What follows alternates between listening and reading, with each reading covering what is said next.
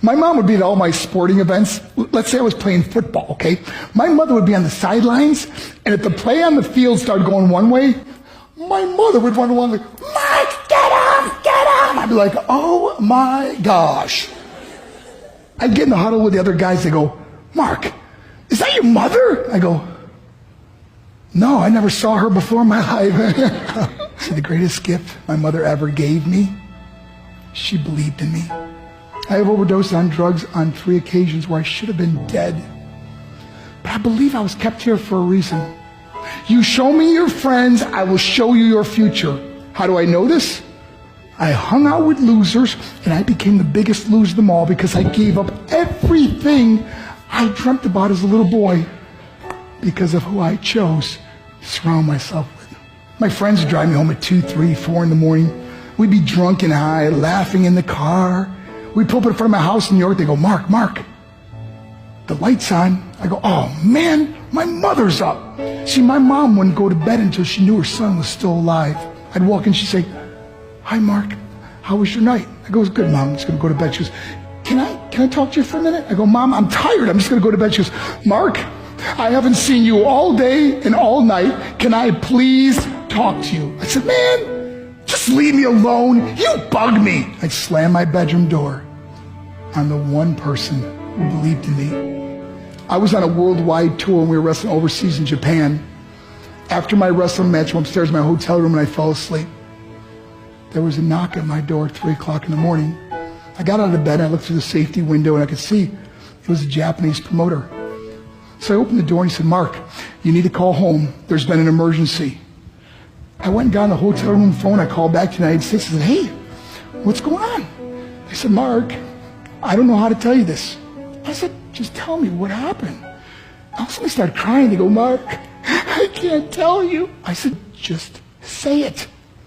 They said, Mark, your mother died.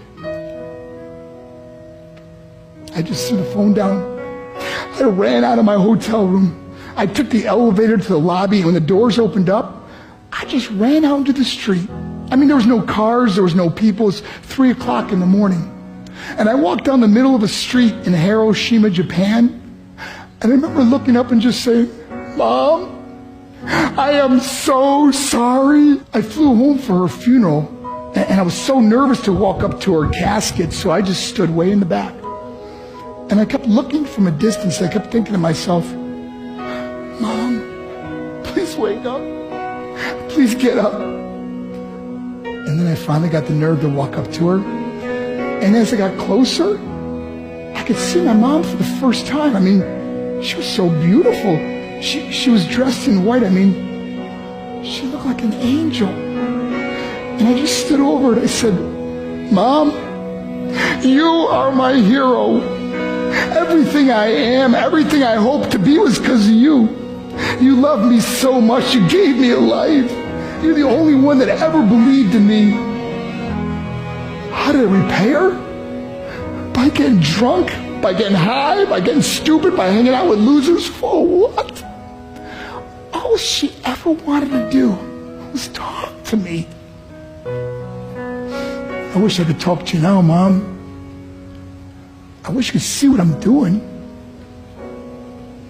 Why couldn't I have been a better son? We are defined by our choices. But if you surround yourself with people involved in drugs and alcohol and pills, it's a dead end. I'm not here to preach to you. I'm here to tell you I lived that life. It leads to broken hearts, broken relationships, broken dreams, and death.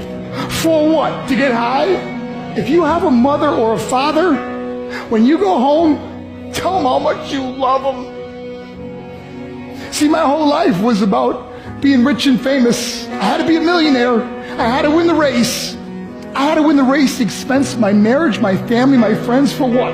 To be all alone in the world? I learned what is truly important, and that is how precious this gift of life is, and our families, and how quickly it can be taken away. See, I no longer live in time. I live in moments. See, it's not what's in your pocket that matters. It's what's in your heart that truly matters. Love, Love is just a word until somebody comes along and gives it meaning. You're the meaning.